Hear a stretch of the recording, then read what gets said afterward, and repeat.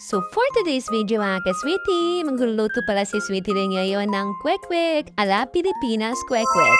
So ayan mga ka-sweetie, nakita ko nga pala sa palengke na meron pala ditong pugo. At syempre ang Sweetie natuwa at hindi na nagkalawang isip at bumili na nga ito para masubukan magluto ng kwek-kwek dito sa Hong Kong. So ayan na nga mga ka-sweetie, syempre unang-una papakulan natin yung mga pugo para maluto bago natin matawag na kwek-kwek. Ayan. So ayan, papakuluan ko lang ito ng 10 minutes kasi maliliit lang naman. Sure na yan, luto na yan mga ka-sweetie.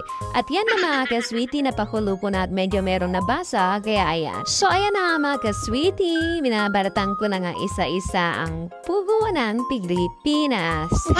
So ayan, tutuwa nga lang talaga ako mga ka-sweetie kasi nakahanap nga talaga ako ng pugo dito sa Hong Kong. So ayan, kasi medyo nagatakam talaga ako sa kwek-kwek kasi mahilig talaga ako sa Pilipinas kumain ng kwek-kwek.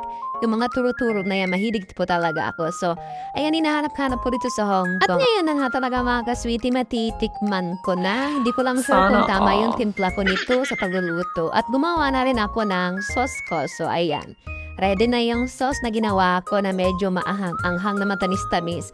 Ginaya ko talaga galing sa Pilipinas yung recipe na yan. So ayan, this is it, pansit na mga ka-sweetie. Lutuin na natin ang kwek-kwek lang Hong Kong. Hindi na Pilipinas, kwek-kwek lang Hong Kong.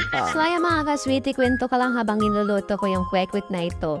Naglalaway na talaga ako, promise. Kasi sobrang tagal ko na rin hindi nakakain ito. Simula na nag-abroad ako, hindi na ako nakakain ng kwek-kwek na to. Since 2019 yon. 2019 na ako, umalis kasi ng ibang bansa.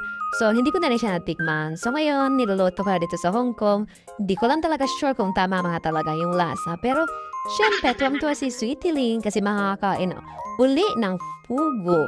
So, parang Pilipinas na rin ang lasa siguro nito. O pwede na yan, basta importante, makakain si Sweetie Ling ng pugo.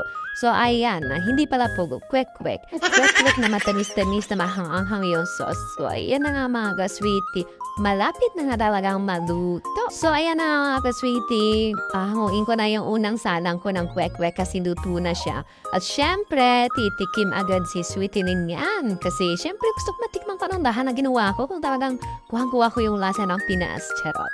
So, kahit gantong luto na okay na sa akin, basta importante masasabi kong kwek-kwek ng Pilipinas. Wow! Sarap talaga naman nito mga ka-sweetie. So, ayan, sa craving satisfied talaga naman ako sa pagluluto ko ng kwek-kwek kahit papano. Kahit na konti lang yan, soft na soft talaga si Sweetie Ling. So, ano pang inaantay niyo mga kabayan? Bina ng pugo sa palengke, makapagluto na rin kayo ng ganto kasarap na kwek-kwek. Thank you for watching mga ka-sweetie. Bye-bye! Have a good day!